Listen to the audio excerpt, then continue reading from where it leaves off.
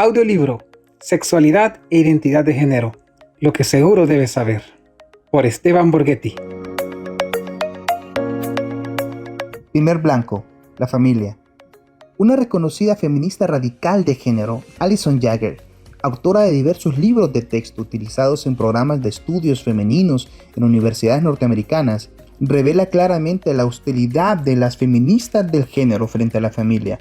La igualdad feminista radical significa no simplemente igualdad bajo la ley y ni siquiera igual satisfacción de necesidades básicas, sino más bien que las mujeres, al igual que los hombres, no tengan que dar a luz. La destrucción de la familia biológica que Freud jamás visualizó permitirá la emergencia de mujeres y hombres nuevos, diferentes de cuantos han existido anteriormente. La deconstrucción de la familia es fundamental para las feministas de género, que según ellas esclaviza a la mujer y se condiciona socialmente a los hijos para que acepten la familia, el matrimonio y la maternidad como algo natural. Christine Riddigo, colaboradora de la revista publicada por la institución internacional Antivida, Catholics for a Free Choice, Católicas por el Derecho a Elegir, expresa: la familia nos da las primeras lecciones de ideología de clase dominante y también le imparte legitimidad a otras instituciones de la sociedad civil. Nuestras familias son las que nos enseñan primero la religión a ser buenos ciudadanos. Pensamos que ninguna mujer debería tener esa opción. No debería autorizarse a ninguna mujer a quedarse en casa para cuidar a sus hijos. La sociedad debe ser totalmente diferente. Las mujeres no deben tener esa opción porque si esa opción existe, demasiadas mujeres decidirán por ella. Christina Hobbs Sommers. Queda claro, dice el documento de Comisión Episcopal, que para los propulsores del género, las responsabilidades de la mujer en la familia son supuestamente enemigas de la realización de la mujer. Deconstrucción de la educación. En una conferencia preparatoria a la Conferencia de Pekín organizada por el Consejo Europeo en febrero de 1995, la presidenta de Islandia, Vigdís Finnbogadóttir Bogadóttir, expresó que para ella, como para todos los demás defensores de la perspectiva de género, urge deconstruir no solo la familia, sino también la educación. Las niñas deben ser orientadas hacia áreas no tradicionales y no se las debe exponer a la imagen de la mujer como esposa o madre, ni se les debe involucrar en actividades femeninas tradicionales. La educación es una estrategia importante para cambiar los prejuicios sobre los roles del hombre y la mujer en la sociedad. La perspectiva del género debe integrarse en los programas, deben eliminarse los estereotipos en los textos escolares y concientizar en este sentido a los maestros para asegurar así que niñas y niños hagan una elección profesional informada y no en base a tradiciones prejuiciadas sobre el género. Consejo de Europa, Igualdad y Democracia, Utopía o Desafío. Es por esto por lo que nos debe llamar la atención que, dentro de la agenda del avance del activismo de género en todos los países, lo primero que hacen es introducir el concepto inofensivo de género en los programas y leyes de educación, para luego avanzar en la deconstrucción de la familia y los valores. Deconstrucción de los derechos sexuales. Dentro de la agenda del movimiento mundial de las feministas de género, encontraremos también la promoción de la libre elección en asuntos de reproducción y de estilo de vida. Para O'Reilly, libre elección de reproducción es la expresión clave para referirse al aborto a solicitud, mientras que estilo de vida apunta a promover la homosexualidad, el lesbianismo y toda otra forma de sexualidad fuera del matrimonio. Yo me pregunto, lo que para nosotros hoy son consideradas patologías de sexualidad como la zoofilia, sexo con animales, la pedofilia, sexo con menores, gerontofilia, sexo con ancianos, la necrofilia, sexo con muertos, monumentofilia, sexo con monumentos y una larga lista de otras patologías, ¿serán consideradas como adecuadas dentro del concepto del libre estilo de vida? Rebecca J. Cook, activa feminista de género, docente de leyes en la Universidad de Toronto y redactora del aporte oficial de la ONU en Pekín, señala que los sexos ya no son 5 y por tanto no se debería hablar de hombre y mujer, sino de mujeres heterosexuales, mujeres homosexuales, hombres heterosexuales, hombres homosexuales y bisexuales. Para ellos los géneros masculino y femenino deberían ser abolidos. Deconstrucción de la religión. Según el feminismo radical de género, hay que deconstruir la religión, que es la causa principal de la opresión de la mujer. Buscan promover el ataque frontal al cristianismo y a toda figura que lo represente.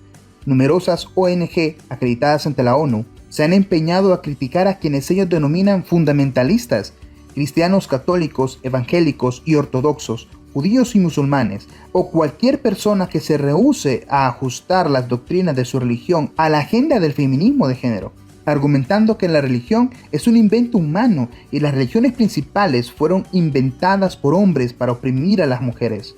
Por ello, teólogas del feminismo de género proponen descubrir y adorar no a Dios, sino a la diosa Sofía, la sabiduría femenina, la reimagen de Dios. La teóloga feminista de género Elizabeth Schurler Fiorenza dice: los textos bíblicos no son revelación de inspiración verbal ni principios doctrinales, sino formulaciones históricas, negando de raíz la posibilidad de la revelación divina y asociando todos los textos al producto de una cultura e historia patriarcal androcéntrica. Por último, en muchos ámbitos de Estados Unidos, el feminismo radical de género ha logrado ubicarse en el centro de la corriente cultural norteamericana. Prestigiosas universidades y colleges defienden abiertamente la ideología de género. Los medios de comunicación transmiten a los Estados Unidos y por ende en nuestros países latinoamericanos la idea de que la identidad sexual puede y debe de construirse, ya que la masculinidad y la femineidad no son más que una construcción social opresiva, patriarcal, coercitiva, antigua, esclavizadora y limitada. Estas ideas, denominadas perspectiva de género, han llegado a ser la base de los sistemas de educación. Existen muchas personas que, quizás por falta de información, aún no están al tanto de la nueva propuesta y de los peligrosos alcances de la misma. En mi país, Argentina, el programa ESI, Programa de Educación Sexual Integral, vigente desde el 2006 para todas las escuelas con cursos de educación sexual, se construyó sobre la base de la perspectiva de género, y sé que en los demás países de la región está sucediendo lo mismo. Creo que debemos interiorizarnos de esta perspectiva de género y buscar la forma, como comunidad juvenil, iglesia o familia, de hacer nuestro aporte sobre lo que Dios piensa y formar a nuestros hijos bajo esa perspectiva.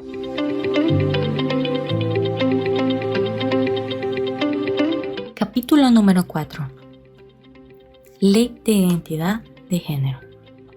A modo de estudio de caso y sabiendo que las leyes similares se han discutido y se seguirán discutiendo en distintos países de Hispanoamérica, te propongo en este capítulo analizar la ley promulgada en Argentina el 12 de mayo del 2012, luego de varios años de controversia.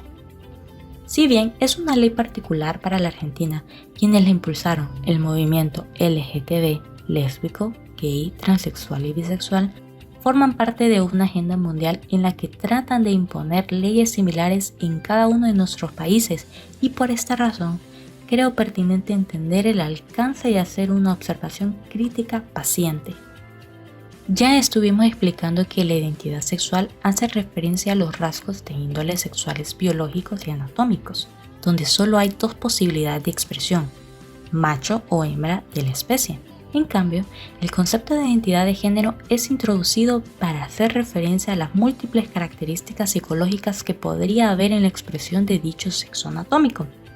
Dicho de otra forma, la identidad de género contempla todas las formas en las que una persona se define internamente, pensamientos, sentimientos y atracción sexual, pese a que posea o no un perfil biológico en sintonía con ese sentimiento interno. Si bien el concepto más puro de la identidad de género puede ser aplicado, aunque no haya una diferencia entre el sexo biológico, identidad sexual, y el sexo psicológico, identidad de género. Esta ley ha sido pensada casi exclusivamente para casos en donde haya una discrepancia entre una y otra, y esta quiere ser resuelta legalmente. La ley en Argentina. En la ley de identidad encontraremos lo dicho anteriormente, pero quisiera que veamos algunos artículos particulares de esta ley. El artículo 1 establece el derecho de la identidad de género, o sea, que toda persona tiene derecho según esa ley a 1. Reconocimiento abierto de su identidad. 2. Libre desarrollo de su persona conforme a su identidad de género. Y 3. Ser tratada de acuerdo con su identidad de género y ser identificada de ese modo en los instrumentos que acreditan su identidad respecto a los pronombres, imagen y sexo con los que allí es registrada. Dicho de otra forma, en la célula de identidad, pasaporte y demás documentos personales, ya no se agregará con qué sexo nació o qué nombre le puso su familia, sino lo que cada persona sienta que es. Quedaría abierta también la posibilidad hasta de cambiar el acta de nacimiento, haciendo casi imposible verificar el sexo biológico de nacimiento de una persona. El artículo 2 establece que la identidad de género es la vivencia interna e individual del género tal como la persona lo siente, la cual puede o no corresponder con el sexo asignado al momento del nacimiento y que puede involucrar la libre elección de la modificación de la apariencia o la función corporal a través de medios farmacológicos, quirúrgicos o de otra índole. Esto significa que una persona puede operarse o tomar hormonas para cambiar su funcionamiento físico, biológico, según lo que crea que es. Es importante destacar que en esta ley la libre elección de la figura corporal está por sobre la salud física y o mental, ya que en ningún momento el artículo hace mención a los riesgos de salud o psicológicos que podría acarrear dicho cambio. El artículo 4 establece los requisitos en el trámite del cambio de identidad que, por medio de una simple presentación de un papel con la solicitud, sería suficiente para dar curso al cambio legal de la identidad sexual, sin mediar ninguna exigencia o acreditación que ese cambio sea psicológicamente maduro, de que se está obrando de buena fe o de que sea resultados de estudios físicos y psíquicos específicos que avalen el cambio. La simple expresión del deseo de ese momento basta para hacer efectivo el cambio. No se indaga sobre la veracidad, seguridad, madurez o autenticidad del pedido de cambio de identidad. Importa solo el deseo de ese momento, no el porqué del cambio ni tampoco si el mismo se encuentra justificado. Artículo 5. En cuanto a la edad para realizar el trámite, los mayores a partir de los 18 años podrán iniciarlo cuando lo deseen. En el caso de los menores, este artículo contempla que un menor, sin importar la edad, da lo mismo si se trata de un niño de 2 o 3 años o un preadolescente de 14, puede pedir el cambio de sexo con un consentimiento de sus padres o tutores. Sin embargo, en el caso de que el padre se niegue a hacerlo, el menor puede hacer el pedido a un juez, dejando a los padres como meras entidades testimoniales, volubles y relegadas, frente a los deseos subjetivos de un menor que muy probablemente no tenga la madurez psicológica que dicha decisión amerita. Esto es absurdo y descabellado comparándolo con que, por ley, un menor de 16 años no puede votar justamente por esa inmadurez. Pero esta ley en particular le da voz y voto sobre su propia identidad. Absurdo y peligroso por donde se le mire. Artículo 8. Si bien en este artículo se establece que la modificación del primer cambio de sexo podrá ser realizada solo con autorización judicial, por lo dicho en el artículo 1, inciso B, toda persona tiene derecho al libre desarrollo de su persona conforme a su identidad de género. Entendemos que la intervención de un juez para rectificar el nuevo cambio no sería impedimento alguno para realizarlo. Con solo citar ese inciso, el juez debería aprobar sin contemplaciones un nuevo cambio sexual y así sentar un precedente jurídico que anule cualquier cantidad máxima de cambios de identidad que se puede tener. Nótese que en esta ley tampoco se impone un límite, por lo que una misma persona podría cambiar de sexo una vez por mes sin que nadie pueda impedírselo. Perjuicios colaterales de esta ley. Tiempo atrás participé de un foro donde se exponían los alcances de esta ley y su impacto en el mundo real, la sociedad, legislación, psicología, etc. Y aquí te comparto lo que aprendimos para que podamos tener algunos argumentos útiles al momento de pensar y opinar sobre los perjuicios colaterales que leyes como estas pudieran acarrear en nuestros países. En el ámbito del deporte, Si un hombre hace el cambio de identidad por ser mujer, tendría ventajas deportivas al inscribirse en deportes femeninos. Es innegable que en una amplia variedad de deportes el hombre es superior físicamente a sus contendientes femeninos. Imaginemos por un momento que un hombre se anota como mujer en boxeo. ¿No sería eso una trampa deportiva por las ventajas físicas que conlleva? ¿No sería también un peligro para la mujer que participa en contra de ese hombre burocráticamente transformado? Y conste que el cambio puede ser realizado sin ánimo de mal. Un hombre que realmente se sienta como mujer y desee competir deberá hacerlo por el lado femenino, pero de todas formas tendrá ventaja al no ser biológicamente mujer, o con toda la intención del mundo de usar la ley en su propio beneficio. Recordemos que no se piden ni siquiera razones y pericias psicológicas para el cambio. Si lo que busca la ley es eliminar la percepción del sexo, debería también quitar la categorización sexual deportiva. En el ámbito carcelario, otra vez se presenta una ventaja física y psíquica injusta. Aquí un hombre podría mantener su sexo antes de ingresar al penal y hasta en ese mismo lugar y pasar a cumplir condenas en pabellones dedicados exclusivamente a mujeres. No solo tendría un mejor pasar, sino que podría utilizar su ventaja para convertirse en un líder violento dentro del penal. Y no olvidemos el peligro que conlleva un malviviente varón suelto en un pabellón repleto de mujeres. ¿Y si el delincuente es un agresor sexual? ¿No tendría la posibilidad de serlo y ser derivado con su nuevo DNI a un lugar colmado de sus objetos de deseo? Recordemos que, aunque algún juez intente impedírselo, el interesado puede ampararse en la ley que protege su deseo personal disfrazado de derecho a la identidad. Otra vez, la ley deja más contradicciones y perjuicios que los beneficios virtuales que dice aportar. En el ámbito jurídico, si un golpeador o asesino quisiera cambiar su género sexual para eliminar así la figura jurídica de violencia de género, podría hacerlo sin problema, dado que la ley de identidad de género pretende ser un derecho inalienable. Matrimonios en los que se oculta el sexo real. Supongamos que un varón desee tener una vida tradicional, casarse, tener hijos en pareja, nietos, etc., con su pareja, pero dicha compañera puede ser un hombre transformado en mujer, que decida esconderle su sexo biológico al varón. La ley permite esto.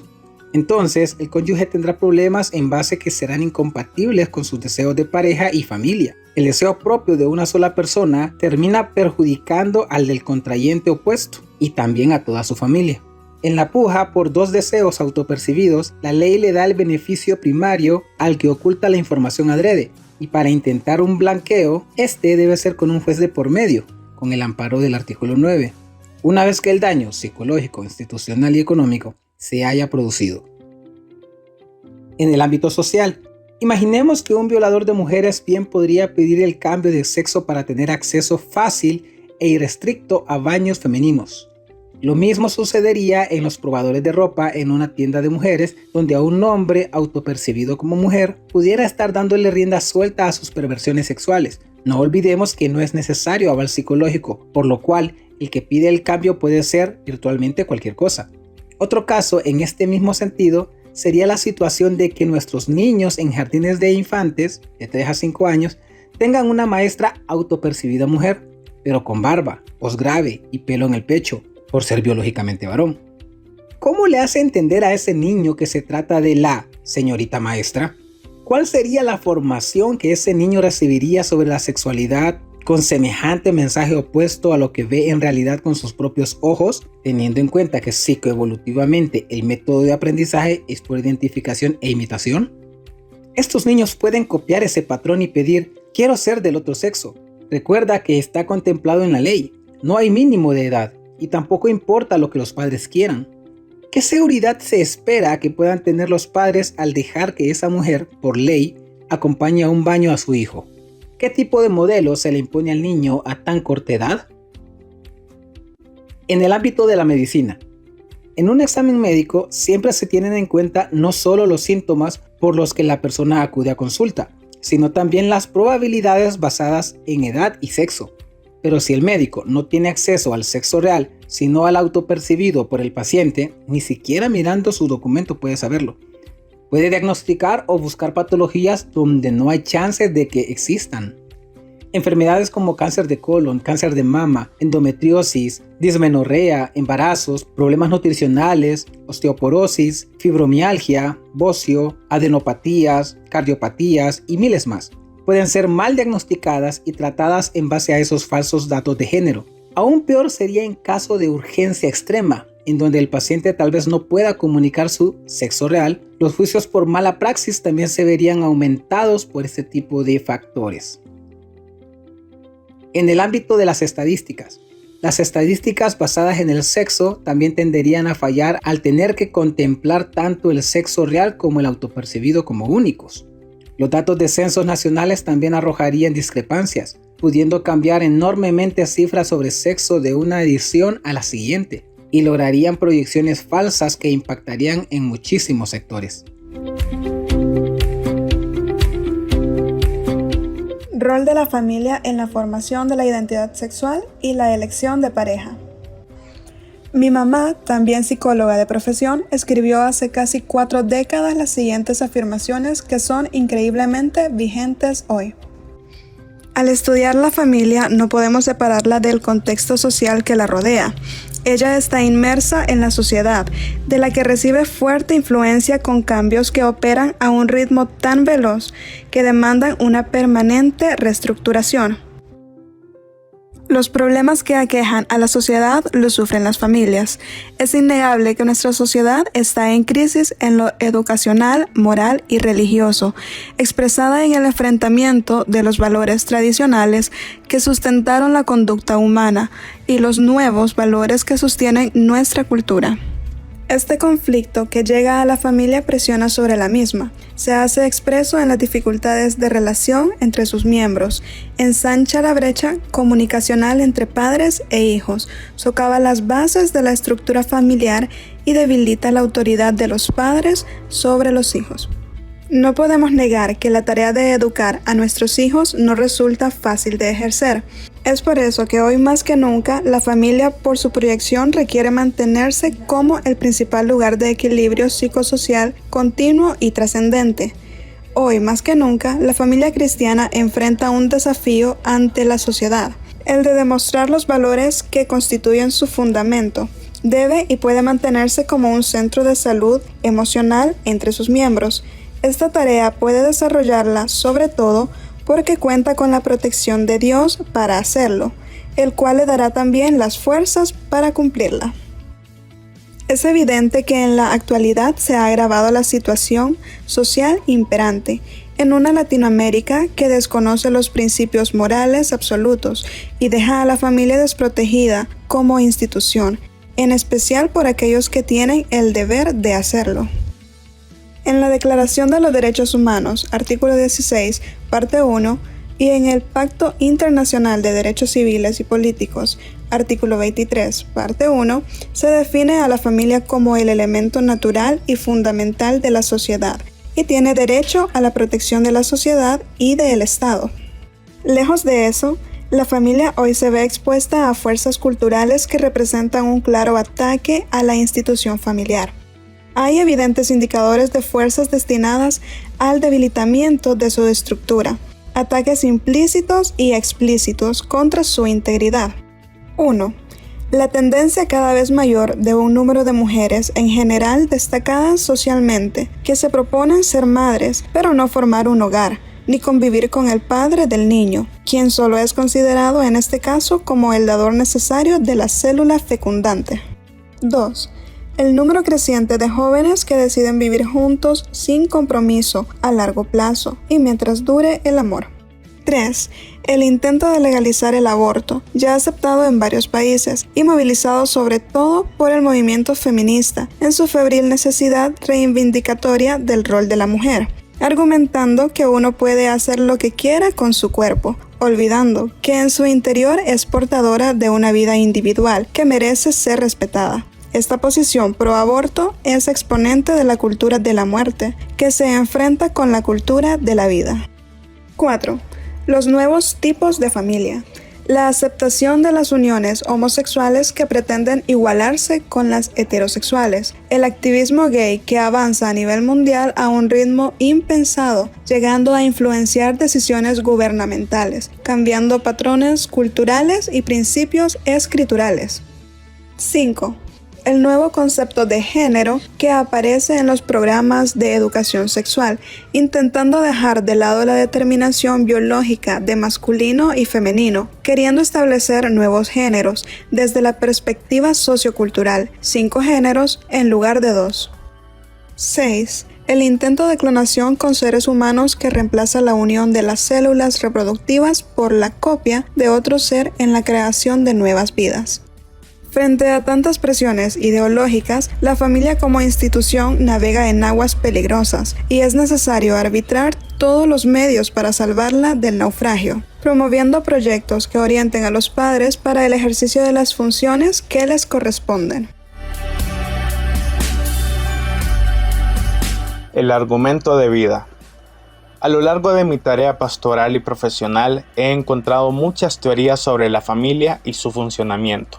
Pero el hallazgo más útil que he hallado para describir de una forma simple y directa el funcionamiento de una familia lo aportó el Dr. Eric Berne al elaborar su teoría sobre el argumento de vida. Me gustaría continuar este capítulo utilizando las ideas del Dr. Berne y encontrar algunas verdades para aquellos que tenemos familias cristianas y estamos comprometidos con la formación de la identidad sexual en particular y de la identidad en general de nuestros hijos. La familia es, para el niño, la primera educadora en todo. La familia tiene el poder de educar, formar y orientar a cada miembro del grupo en lo que considera sano, justo y valioso. Podríamos pensar este proceso de educación como un plan o programa que, a través de la convivencia con sus padres o figuras sustitutas, el niño incorpora durante su infancia y el cual tendrá a influenciar las decisiones más importantes de su vida. Los niños, a lo largo de su desarrollo, graban dentro de sus cabecitas un libreto o argumento de vida, como si fuera el guión de una obra de teatro inconsciente que lo guiará durante toda su vida. Es como aprenderse inconscientemente y de memoria una obra de teatro titulada Mi vida, ¿qué y cómo hacerlo? El argumento es un marco de referencia que sirve para tomar decisiones, para proporcionarnos una identidad. Influye en cómo pensar, qué sentir, qué orientación sexual tener, también en la vocación hacia alguna tarea, en el significado y la elección de pareja. Es una guía en la elección de los amigos, indica dónde se está parado ante una situación, etc. Este proceso de aprender un guión de vida se produce en todo individuo que crezca dentro de un contexto social, familiar o grupal. Cada miembro lleva dentro de él un programa que incluye su propio papel a cumplir y el papel que cumplen todos los demás, incluyendo el rol de Dios. Desde el Antiguo Testamento vemos cómo Dios ha encomendado a la familia el rol de formación e influencia sobre las generaciones en formación. En Deuteronomio 31, Dios hizo que Moisés escribiera un cántico que el pueblo de Israel oiría por generaciones. Su palabra debía ser transmitida de generación en generación y de boca en boca. En Deuteronomio 5:9 afirma que Dios conoce la maldición que se influencia hasta la tercera y cuarta generación. Es que no existe otro lugar más poderoso para formar a un niño, tanto para bien como para mal, que el núcleo familiar. Esta posibilidad de influenciar a nuestras generaciones siguientes es el más maravilloso regalo que Dios nos ha dejado para utilizarlo en forma responsable y adecuada. Pero lamentablemente hemos perdido la profundidad de esta realidad y se nos pasa por delante de nuestras narices la más potente y grandiosa responsabilidad que tenemos como adultos, la formación de nuestros hijos. La función primordial de la familia es darle a cada miembro lo que necesita para avanzar: educación, amor y seguridad en las áreas físicas, intelectual, social y espiritual. Educación, formación, orientación. La familia es la primera educadora para el niño. primera en el tiempo, primera en el espacio, primera en significación. Educar no es domesticar, es mirar las potencialidades particulares de cada hijo y procurar que se desarrollen. No se educa a todos los hijos por igual. Cada hijo tiene sus propias características personales que deben tener en cuenta en el momento de su formación. Amor que no excluye la presencia de límites. El real amor al hijo tiene en cuenta la disciplina. El estímulo amoroso entre sus miembros permite un sano desarrollo emocional de los mismos. Seguridad. Los vínculos familiares deben ser fuente de seguridad y contención frente al medio. Se debe desarrollar una sana autoestima en sus miembros que facilite el desarrollo adecuado de cada uno. El aporte del complejo edípico. La psicología ha demostrado la marcada influencia de los lazos establecidos con los padres desde la más temprana infancia, tanto para la identificación sexual del niño como para su futura elección de pareja. Si bien mi orientación psicológica profesional no es psicoanalítica, creería que el aporte de las obras de Sigmund Freud nos ayudará a tomar un probado marco científico para explicar el desarrollo de la identidad sexual. Luego seguiremos con otras corrientes del pensamiento que nos agregarán más información útil y necesaria al momento de formar a nuestros hijos.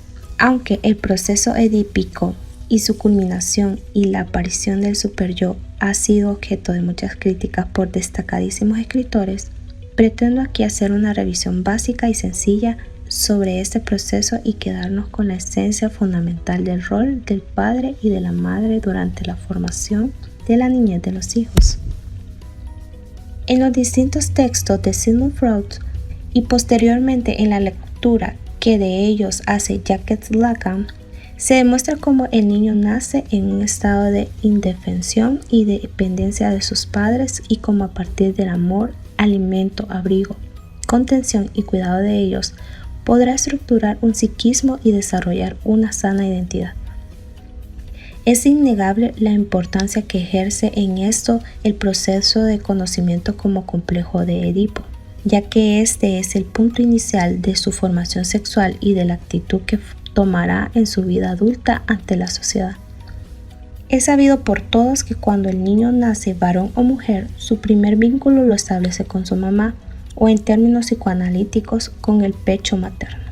Al principio el niño no sabe que es un ser diferenciado de su madre, ya que ella forma una verdadera simbiosis, una unión indisoluble por la cual recibe la satisfacción de las necesidades primarias tanto biológicas como emocionales. Desde la óptica psicoanalítica, el lugar del tercero lo desempeñará el padre. Su presencia y su palabra a partir del primer año del hijo efectuará un corte en el vínculo simbiótico de la madre y el hijo. En ese primer año, más allá de que la presencia del padre haya estado desde el nacimiento acompañado a la madre en todo lo que concierne al hijo, la existencia del padre se irá haciendo cada vez más trascendente para la formación de su identidad. Su presencia se tornará más experimentada para el niño a partir de que el padre comienza a marcar los espacios y los roles de cada uno, ubicando lugares posibles para la mamá, el bebé y él mismo, desarrollando más visiblemente su rol de esposo protector para la madre y colaborando en el orden para la convivencia, estableciendo normas con respecto al niño y los roles particulares de ese hogar. De este modo, el padre se establecerá como el referente de la ley, gracias a la cual se irá configurando la separación del vínculo entre el niño y la madre. Esto no significa que el padre debe ser policía o un juez malo y dictador, sino que a ese vínculo único, necesario y mágico entre mamá y el niño, le será necesario que el padre aparezca con mucho amor, ternura y claridad, marcando los inicios de la necesaria individuación del niño. De esta manera lo estimula a entender que es un ser diferente a su madre y que necesita formarse como tal, motivándolo a vincularse con el mundo que le rodea más allá de su madre.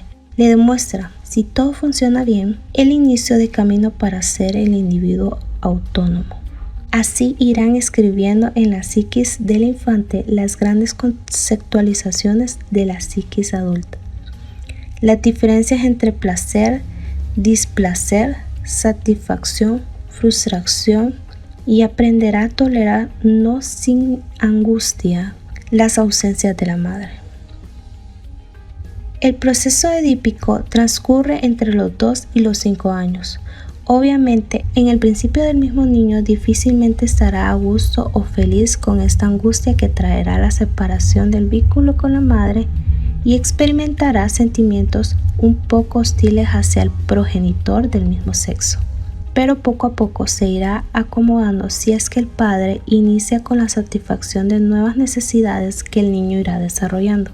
Si junto a la presencia del padre en la escena del niño también están presentes el amor, el juego, el tiempo de calidad y el acompañamiento de sus actividades infantiles, el padre se irá haciendo más importante en la psiquis del niño y comenzará a ser una figura referente e identificatoria que modelará la vida del niño.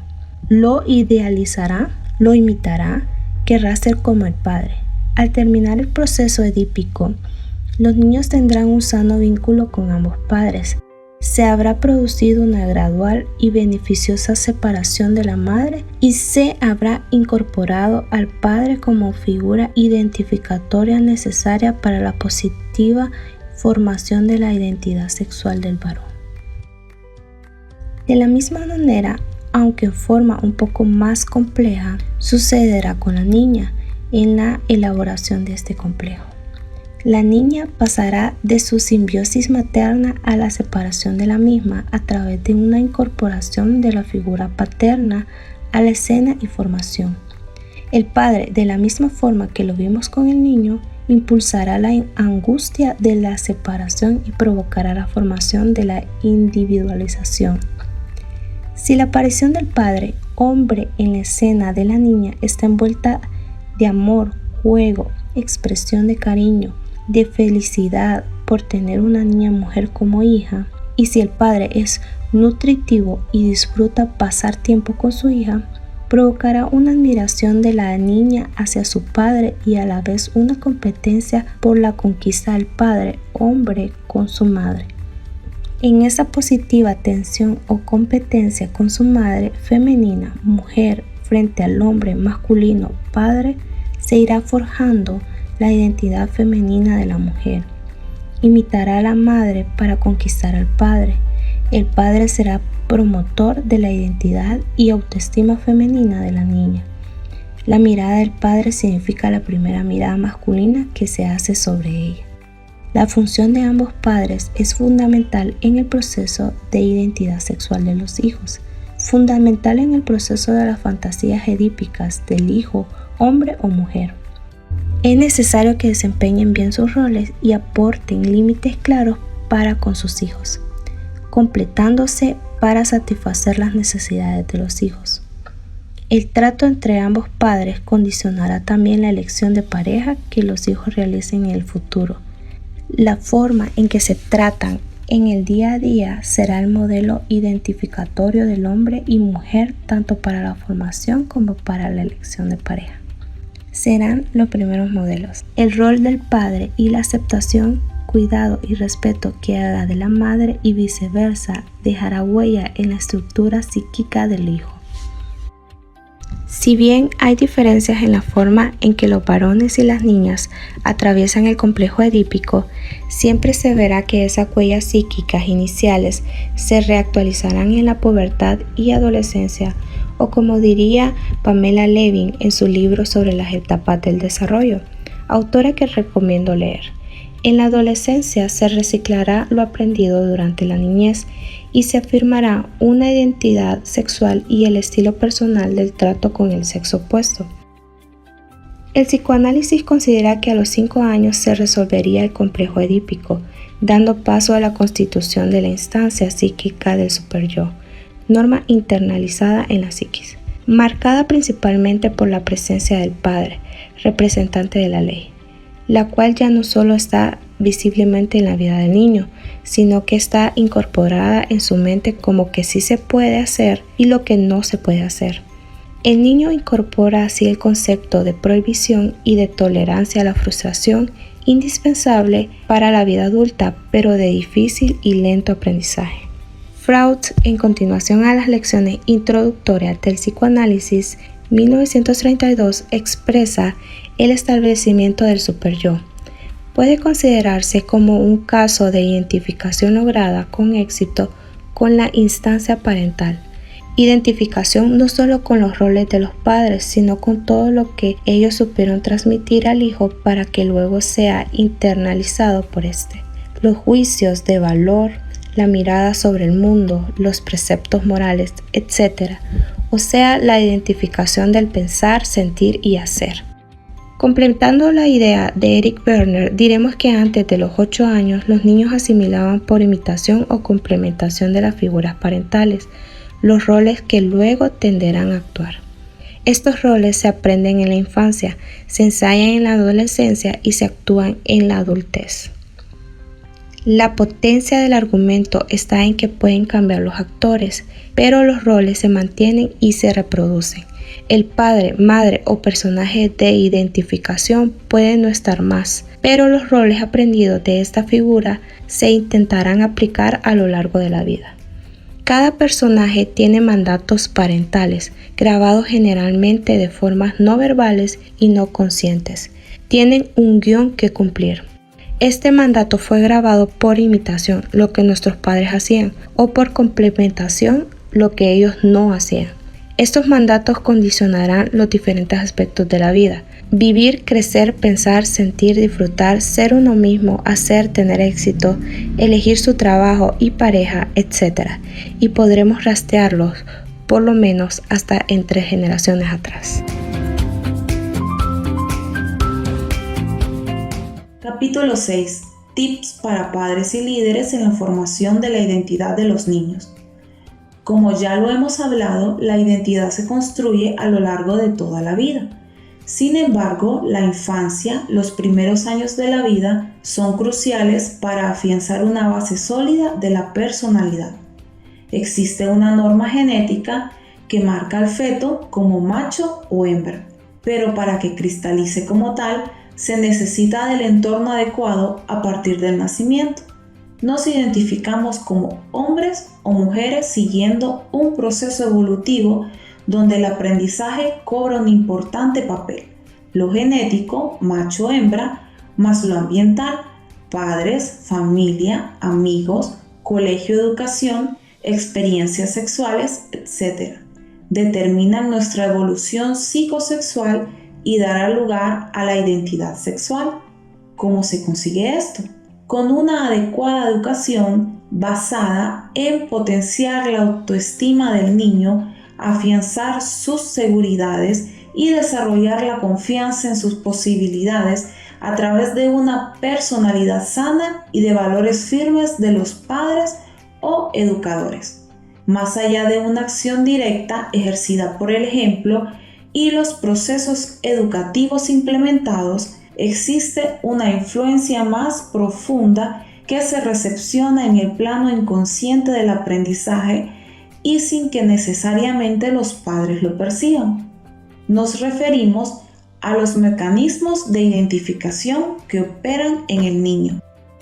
Los primeros años de la vida son cruciales para afianzar una base sólida de la personalidad.